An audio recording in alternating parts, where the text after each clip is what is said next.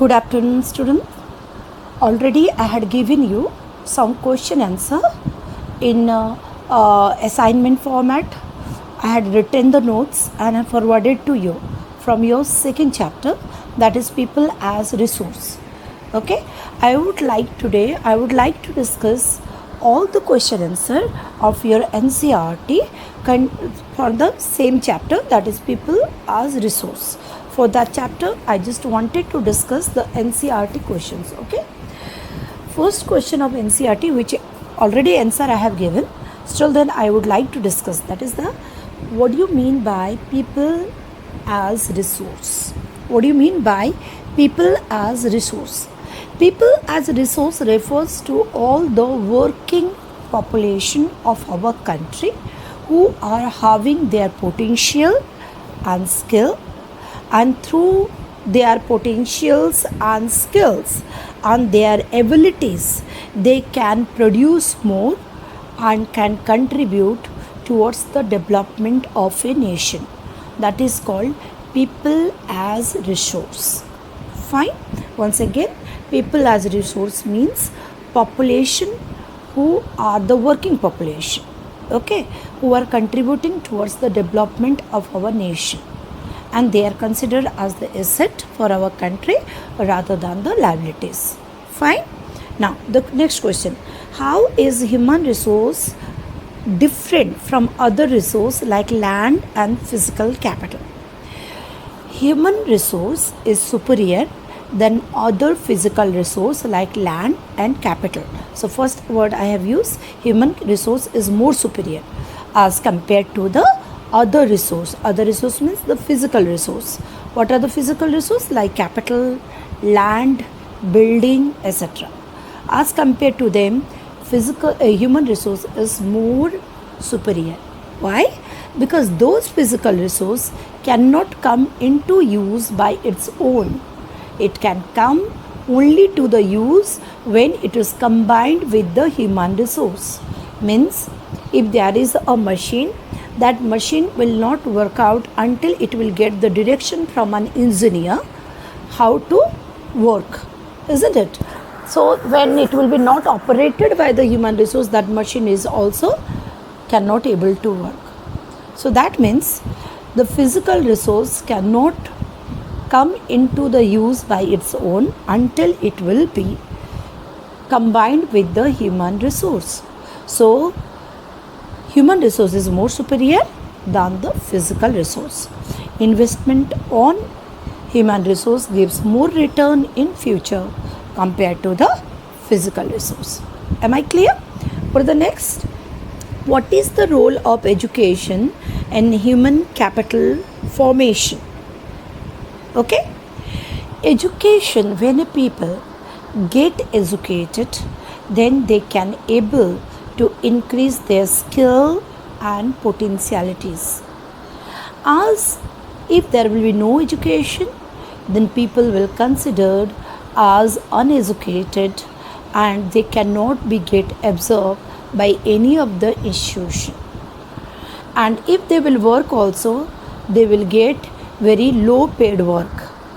So education here is playing the vital role for creating the potential and skill within the human being through which they can they can be absorbed by those institutions who can pay them good salary, and through that salary they can not only increase their level of income, they can not only increase their standard of living, they can also contribute towards the development of a nation. And educated people, you know that the benefit of the education is not confined to one person. When a person gets educated, he can spread the knowledge and can make others also knowledgeous. In that way, education is playing vital role not only to uplift the standard of living of the human being, but also it will contribute towards the development of the nation. Am I clear? Next, what is the role of health in human capital formation? You know that a person, health is playing the vital role in human life. if we will invest on our health, then we will remain physically fit. And when you know that the unhealthy body only can contain a healthy mind. Until and unless we will be physically fit, we cannot be work mentally sound, in a sound way we cannot work out. So physically healthy persons can only contain the sound mental conditions, and those who are investing on their health and having good health status, they can recognize their skill and potential. If I will be not remain healthy, I cannot recognize what is my strength, what is my potentialities, that I cannot able to recognize. And if I cannot able to recognize what is my skill and potentialities, according to that I cannot contribute for my development and so also for the country's development. And you know that those who are not healthy, they are also means the institution, those who are observing the labor, they are also not showing their interest to observe those category of the people who are not healthy, because they may remain absent from the work and that will reduce their contribution towards the institution. So institution will not getting benefited by keeping the unhealthy persons. Okay, so a healthy person only having a healthy mind and they can recognize their skill and potentialities. All the institutions are likely to observe the healthy persons because they are remain less absent from their work and they are contributing more towards the institutions, through which the institutions can develop, the person can develop, and the country can also be developed. Okay, next question is similar to this one only, that is what part does health play in individual working life? Health play a vital role in individual working life, because a healthy persons can work in a sound manner containing a healthy body and so also a healthy mind. They will not remain absent from the work and they can contribute not only towards the development of the institution but also towards the development of own self and towards the development of the country. Fine, same answer in both the questions. I don't know why both the questions are given in two different way. What are the various activities undertaken in primary, secondary and tertiary sector? The different activities which is taken, and first you will define, already I have given you what is primary sector.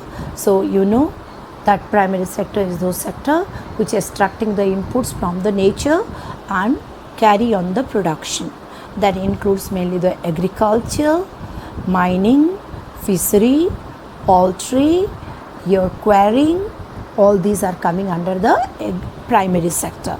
Okay, and the secondary sector includes all the manufacturing unit, that is this sector is using the primary product as an input and carry on the production, like textile industry use the cotton from the primary sector, sugar industry using the sugar from the primary sector, steel industry is using the iron ore which is extracted from the mining of the primary sector. So the sugar industry, textile industry and the steel industry all belong to the primary sector activities. And what coming to the tertiary sector, it is the service sector which provide the all type of the support service to primary and the secondary sector, that include all category of the services starting from the banking, transportation, communication, health. So also the different categories of the IT sectors and so are also included in the tertiary sector. Okay, now come to the what is the difference between economic activities and non-economic activities? Economic activities are those activities through which we generate the income. Okay, like consumption, production, distribution, exchange of the goods and services are coming under the buying and selling. All these are the economic activities. And non-economic activities through which we are not earning any income. maybe we are doing that activities out of our duties, love and affections. Okay, now these economic activities is non-economic activities are also can be no economic activities can also be divided into two activities, that is market activities and non-market activities. Market activities, those activities through which we means those activity we are carrying out of our profit. For the profit motive we are carrying those activities like buying and selling in the market. But non-market activities are those activities which we are doing out of our responsibility, love and affections, like or that activity we are carrying for our self-consumptions. Okay, like I am a farmer, if I am producing something and selling in the market, then it is economic activities. But same things if I am producing and keeping for my own family consumptions, then it is non-economic activities. Fine. If I am teaching my child, then it is the out of my responsibility duties I am doing. That teaching work is the non-economic activities. But while I am teaching in the school, for what I am getting the salary, then it is the economic activities. Fine. Now come to the market activities. Now come to the why women employed in low paid work. Okay, why women employed in low paid work. India is a country, know that where it is the male dominated country, and women are generally not, if the women are generally not getting the job at par with the male counterpart. Why? Because you know that the women are not that much educated, that much skill and potentials in our country compared to the male counterpart. As they are less educated, less skilled, so they are generally working they are working in the low paid job. Second thing is that if they are same if they are educated at the same level as male counterpart, also few institutions they are thinking that women cannot work out like the male counterpart, so they are paying less to the women. But nowadays this phenomena has changed, as the women are getting the same level of the educations as compared to the male counterpart, like in the field of the educations, in the field of the medicines, in the field of the different administrative services. You are saying that the women are getting the same income as the male counterpart. But the phenomena earlier, this phenomena was there, as women are less educated, less skilled compared to the male counterpart, so they were working at the low paid job. Okay, second, the setup mind of the people are like that women can contribute less, or women are physically less strong compared to the male, so they can contribute less towards the work, physical work, so they were getting less income. Okay, then second thing is that next one question is, how will you explain the term unemployment? Unemployment is a situation when the people are able and willing. Who are able? Those who are above 14 years and below 60 years and physically sound, they are able.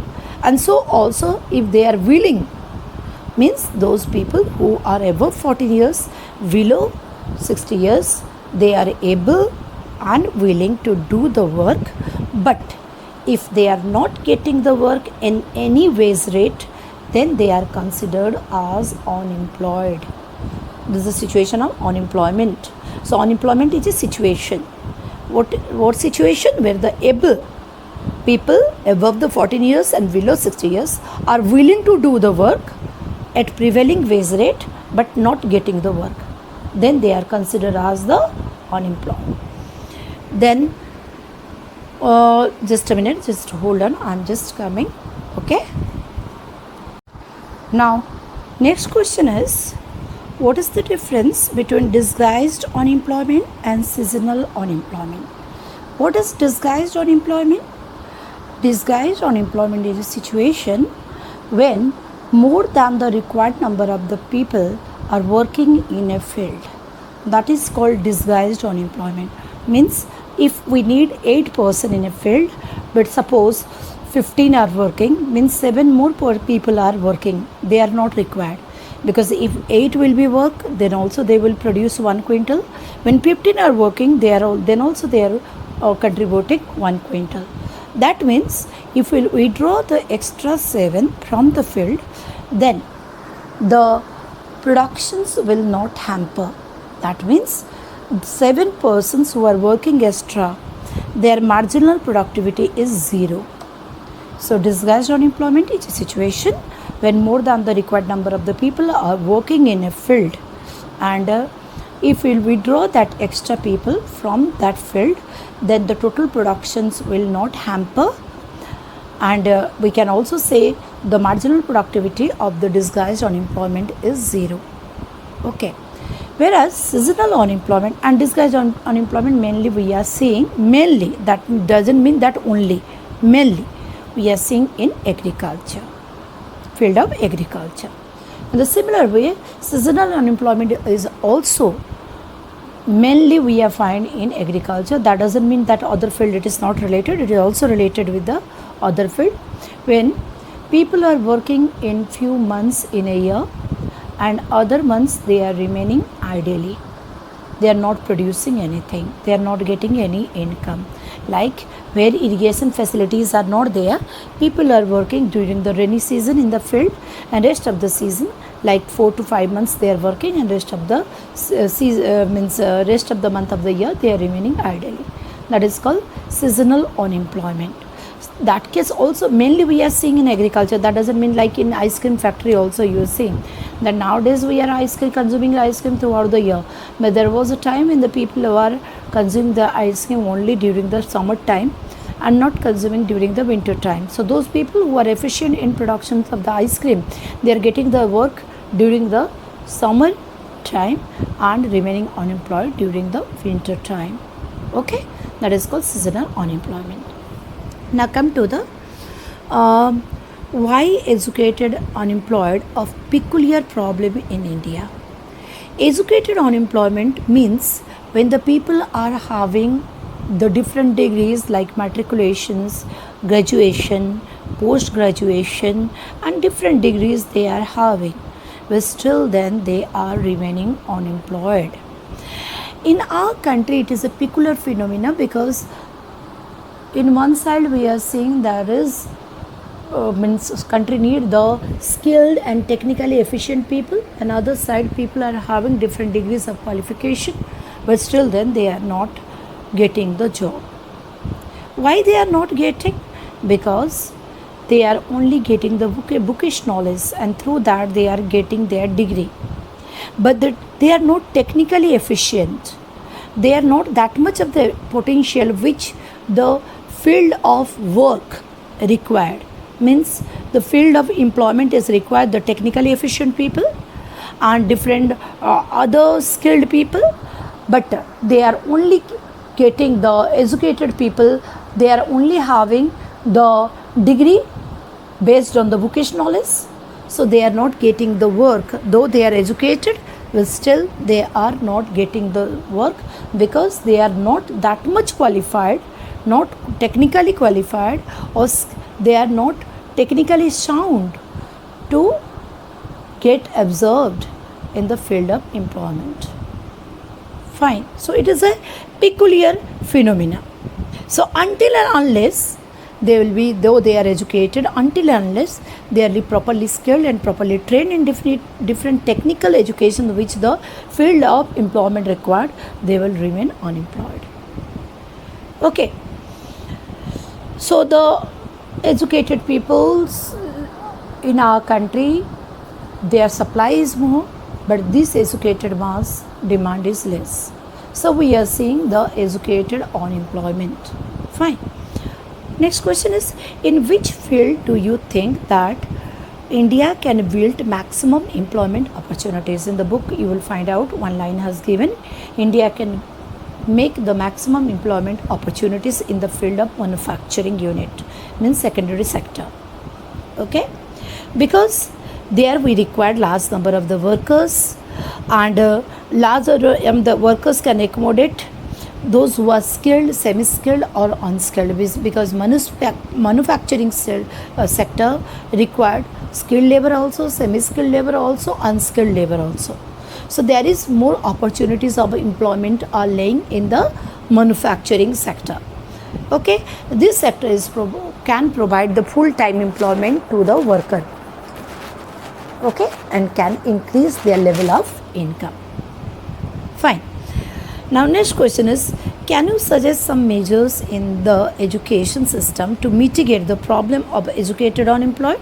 Yes, there is maximum educated unemployment in our country, and this maximum uneducated is there, educated unemployment are there in our country because our education is having faulty planning in the sense they are giving the degree based on the bookish knowledge. Technical skilled based curriculum should be developed in the school and college level. Along with the bookish knowledge, they should be technically efficient, vocationally trained. Okay, then only they can able to get absorbed according to the requirement of the field of employment. But in our country, we are having only we are giving the degree based on the bookish knowledge. Based on the bookish knowledge, if you will give the degree, they cannot be get absorbed in the field of employment. So we need to change our school and college curriculum where it should be incorporated with the technical and vocational training. Okay, and so also the dropouts from the school, that should be also be checked by taking proper step, like by encouraging the students, by providing the midday meals, and along with that different incentives in the rural area like provision of the cycles, as a book, free books, uniform, along with the midday meals should be provided so that we can check the dropouts from the school, because we need them that they should go to school, and there only they should not only get the bookish knowledge, they should also get the different type of the technical knowledge. Fine. Next, which capital would you consider best? Land, labor, physical capital and human capital, and why? In my view, human capital is the best, because without human capital, the physical capital like land, your buildings, that cannot be come into our use. Okay, so there should be more investment on human being, which will convert them as a human capital. There should be investment on their education, on their health, so that they will be more skilled and more potential. They can use the available physical resources like land, building in a proper manner, and then only the country's production level will increase. As a result, country can develop. So in my views, the human capital is the best among all other capital. Am I clear? These are the questions which is given in your NCERT. Beside that also, I would like to discuss few more questions, but listen students, I will be providing you today, this is all about this video about the unemployed, your NCERT questions. But next onwards, I will be providing you the question answer, and please don't be get hurry. Write the question answer slowly and gradually. Okay, not need to write all the answer at one day. Slowly, gradually try to complete all the question answer. I will be sending you the question answer from the textbooks where the answer you will be getting. Okay, slowly, gradually you will write. Having any doubt, you can WhatsApp me, and I will like to clear your doubts. Fine. So after providing you the question answer, I would also like to discuss the question answer which is beyond your NCERT. Okay, fine. Thank you. That is all about today.